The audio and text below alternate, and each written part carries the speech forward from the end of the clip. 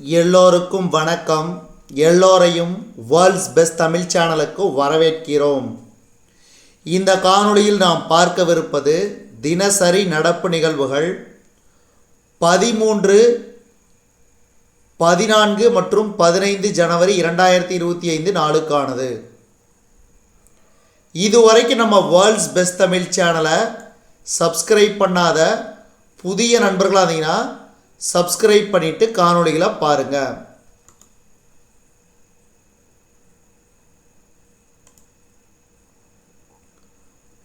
அதே மாதிரி பழைய நண்பர்கள், அதாவது பழைய சப்ஸ்கிரைபர்ஸ் தொடர்ந்து நம்ம சேனலை ஃபாலோ பண்ணுங்க. கொடுக்கக்கூடிய ஒவ்வொரு காணொளியும் ரொம்ப ரொம்ப முக்கியம். காணொளிகளை ஃபர்ஸ்ட்லேருந்து கடைசி வரைக்கும் முழுசாக பாருங்க. முதல் கேள்வி, ஜம்மு காஷ்மீரில் உள்ள சோனமார்க் சுரங்கப்பாதையை திறந்து வைத்தவர் யார்? ஜம்மு காஷ்மீரில் உள்ள சோனமார்க் சுரங்கப்பாதையை திறந்து வைத்தவர் யார்? பிரதமர் நரேந்திர மோடி அவர்கள். அடுத்து இரண்டாவது கேள்வி, சோனமார்க் சுரங்கப்பாதை எத்தனை கிலோமீட்டர் நீளமானது? 6.5 கிலோமீட்டர். இது சுரங்கப்பாதை மட்டுமே 6.5 கிலோமீட்டர். இந்த திட்டம் 12 கிலோமீட்டர், பட் சுரங்கப்பாதை 6.5 கிலோமீட்டர். அடுத்து, சோனமார்க் சுரங்கப்பாதை எத்தனை கோடி ரூபாய் செலவில் கட்டப்பட்டுள்ளது? ரூபாய் 2700 கோடி. ரூபாய் 2700 கோடி. அடுத்து,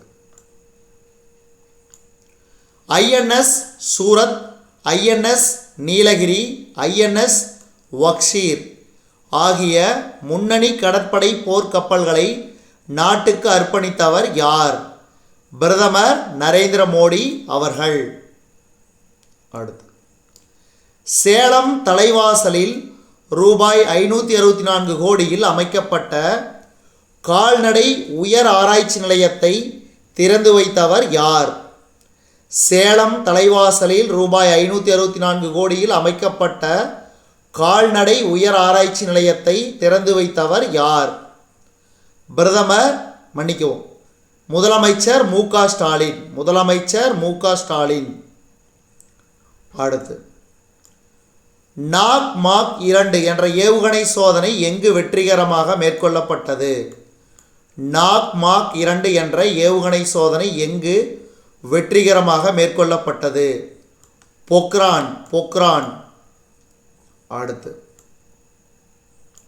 புதுதில்லியில் தேசிய மஞ்சள் வாரியத்தை தொடங்கி வைத்தவர் யார்? புதுதில்லியில் தேசிய மஞ்சள் வாரியத்தை தொடங்கி வைத்தவர் பியூஷ் கோயல். அடுத்து, ஒவ்வொரு ஆண்டும் ஆயுதப்படை வீரர்கள் தினம் எப்போது கொண்டாடப்படுகிறது? ஒவ்வொரு ஆண்டும் ஆயுதப்படை வீரர்கள் தினம் எப்போது கொண்டாடப்படுகிறது? ஜனவரி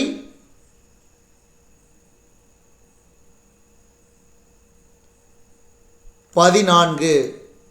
அடுத்து,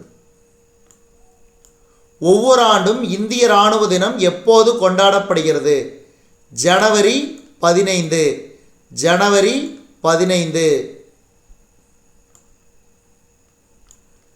நவி மும்பையில் இஸ்கானின் ஸ்ரீ ஸ்ரீ ராதா மதன் மோகன்ஜி கோவிலை திறந்து வைத்தவர் யார்?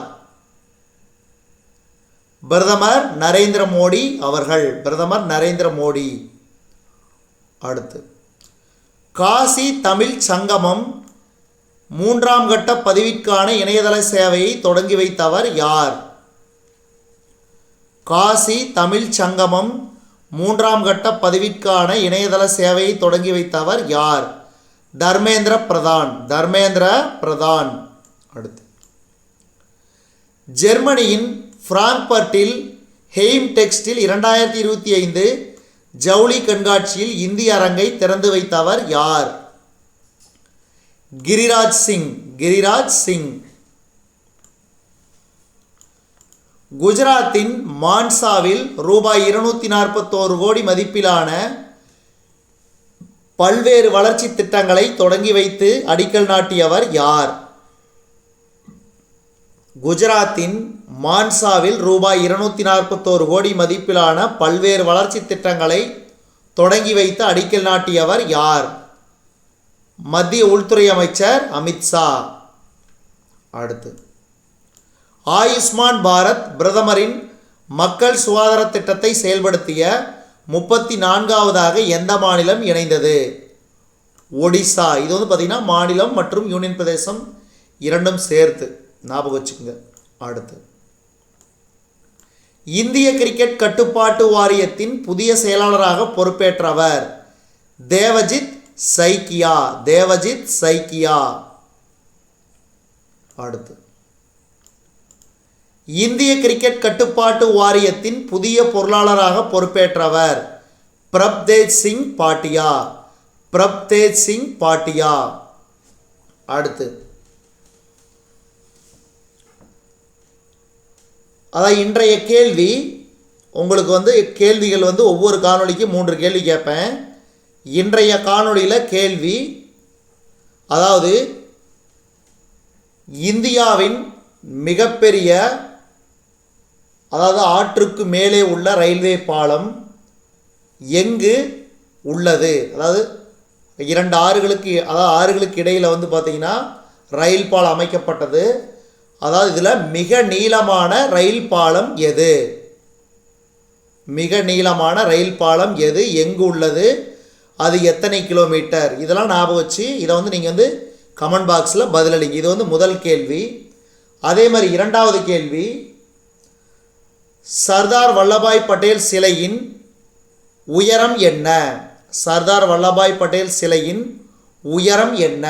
அதே மாதிரி 3வது கேள்வி பார்த்தீங்கன்னா, ராமானுஜர் சிலை, அதாவது உயரமான, இந்தியாவின் உயரமான ராமானுஜர் சிலை எங்கு உள்ளது? அதன் உயரம் என்ன?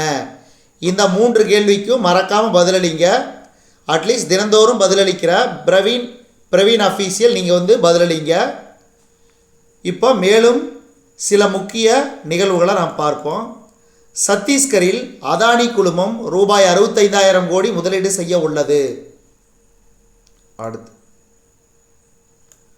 அவசர நிலை காலகட்டத்தில் சிறை சென்றவர்களுக்கு மாதம் ரூபாய் 20,000 ஓய்வூதியம் வழங்கப்படும் என ஒடிசா மாநில அரசு அறிவித்துள்ளது. அதாவது அந்த அவசர நிலைங்கிறது எப்போ?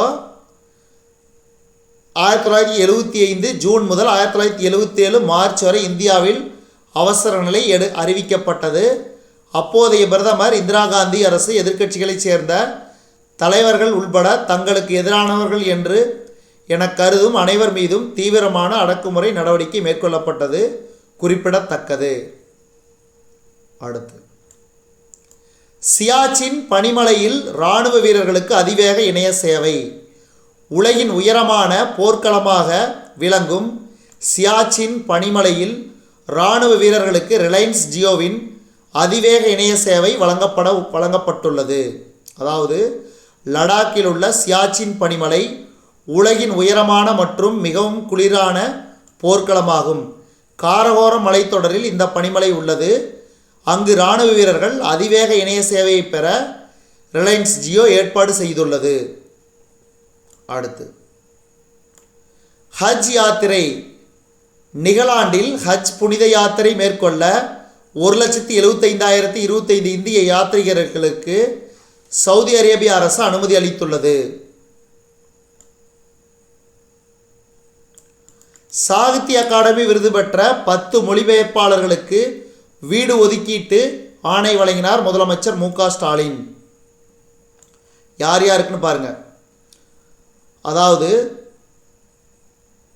ஆ. செல்வராஜு என்கிற குறிஞ்சி வேலன், அதேமாதிரி 2004 பா. பாஸ்கரன் என்கிற பாவண்ணன், 2010 சாகித்ய அகாடமி விருது பெற்ற சாமணி என்கிற நிர்மாலயா, 2011 விருது பெற்ற பி. கா. ராஜேந்திரன் என்கிற இந்திரன், 2015 சாகித்ய அகாடமி விருது பெற்ற கௌரி கிருபானந்தன், 2016 விருது பெற்ற கா. பூரணச்சந்திரன், 2017 சாகித்ய அகாடமி விருது பெற்ற திரு மாரிமுத்து என்கிற யூமா வாசுகி, 2018 சாகித்ய அகாடமி விருது பெற்ற சா. முகமது யூசுப், 2019 சாகித்ய அகாடமி விருது பெற்ற கே.வி. ஜெயஸ்ரீ, 2023 சாகித்ய அகாடமி விருது பெற்ற கண்ணையன் தட்சிணாமூர்த்தி ஆகியோருக்கு வீடு ஒதுக்கீடு செய்யப்பட்டுள்ளது.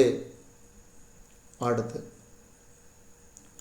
ரூபாய் 2700 கோடி சுரங்கப்பாதை திறப்பு விழாவில் பிரதமர் நரேந்திர மோடி அவர்கள். சோன்மார்க், சில இதில் சோன்மார்க்னு போடுறாங்க, சில இதில் சோனாமார்க் சுரங்கப்பாதைன்னு போடுறாங்க. அதனால் இந்த திறப்பு விழாவில் முதல்வர் ஒமர் அப்துல்லா. அடுத்து அம்பேத்கரின் 10 நூல்களை வெளியிட்டார் முதலமைச்சர் மு.க. ஸ்டாலின். அதில் அந்த புத்தகத்தினுடைய பெயர்கள் என்னென்னா, இந்தியாவில் சாதிகள், சூத்திரர்கள் யார், சூத்திரர்கள் யார் பகுதி 2, தீண்டப்படாதோர் யார், அவர்கள் ஏன் தீண்டப்படாதோர் ஆயினர். அடுத்த புத்தகத்தோட பேர் தீண்டப்படாதோர் அல்லது இந்திய சேரிகளின் குழந்தைகள். அடுத்து தீண்டப்படாதோர் தீண்டாமை சமூகம் மதம் பற்றிய கட்டுரைகள். அடுத்து தீண்டப்படாதோர் தீண்டாமை அரசியல் கட்டுரைகள். அடுத்து 8வது புக்கு இந்து மதத்தின் தத்துவம் இந்தியா பொதுவுடைமைக்கான முன் தேவைகள். அடுத்து 9வது பண்டைய இந்தியா புரட்சி எதிர்ப்புரட்சி பகுதி 1, பௌத்தத்தின் வீழ்ச்சி சாதிகளின் தோற்றம். அடுத்து பண்டைய இந்தியா புரட்சி எதிர்ப்புரட்சி பகுதி 2, இந்து மதத்தின் ஆதார பகுதி சாதிதான் ஆகிய தலைப்புகளில் 10 நூல்களை வெளியிட்டார் முதலமைச்சர் மு.க. ஸ்டாலின் அவர்கள். அடுத்து மகா கும்பமேளா தொடங்கியது. அதாவது உலகின் மிகப்பெரிய ஆன்மீக சங்கமமான மகா கும்பமேளா உத்தரப்பிரதேச மாநிலம் பிரயாக்ராஜில் பௌஷ் பௌர்ணமியையொட்டி ஜனவரி 13 தொடங்கியது. அதாவது மகா சிவராத்திரி திருநாளான பிப்ரவரி 26 முதல் 45 நாட்களுக்கு நடைபெறும் இந்த நிகழ்வில் முதல் நாளில் சுமார் 1.5 கோடி பேர் புனித நீராடி மாநில அரசு தரப்பில் தெரிவிக்கப்பட்டுள்ளது. அதாவது ஜனவரி 13 பிப்ரவரி 26 வரைக்கும் மொத்தம் 45 நாட்கள். இதில் முதல் நாளே 1.5 கோடி பேர் கூடினர் என்று அரசு தரப்பில் தெரிவிக்கப்பட்டுள்ளது. இது 12 ஆண்டுகளுக்கு ஒரு முறை இந்த மகா கும்பமேளா நடத்தப்படுகிறது. அடுத்து அதாவது லாஸ்ட்டாக 11-12 ஜனவரி கேட்ட கேள்விக்கு 2 கேள்விக்கு பதிலளிச்சிருக்கிறாரு பிரவீன் அஃபீஷியல்.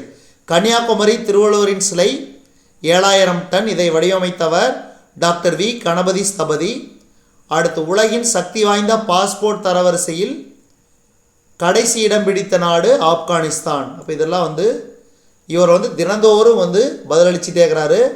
அதனால் பிரவீன் அஃபீஷியலுக்கு நாம் ஒரு வேண்டுகோள் விடுக்கிறோம். நீங்கள் மட்டும் பதிலளிக்காமல் உங்களுடைய ஃப்ரெண்ட்ஸையும் இந்த கரண்ட் அஃபேர்ஸில் பதிலளிக்க வைங்க. எத்தனை பேர், நிறைய பேர் பதிலளித்தா நம்ம சேனல் அடுத்த கட்டத்துக்கு மூவ் ஆகும். அதேமாதிரி நிறைய பேர் டெய்லி கரண்ட் அஃபேர்ஸு தேர்வுக்கு தேவையான அத்தனையும் தெரிஞ்சுக்குவாங்க. அதனால் நீங்கள் மட்டும் பயன்பெறாமல் மற்றவர்களுக்கும் ஷேர் பண்ணி அவங்களையும் பயன்பெற வையுங்க. நன்றி.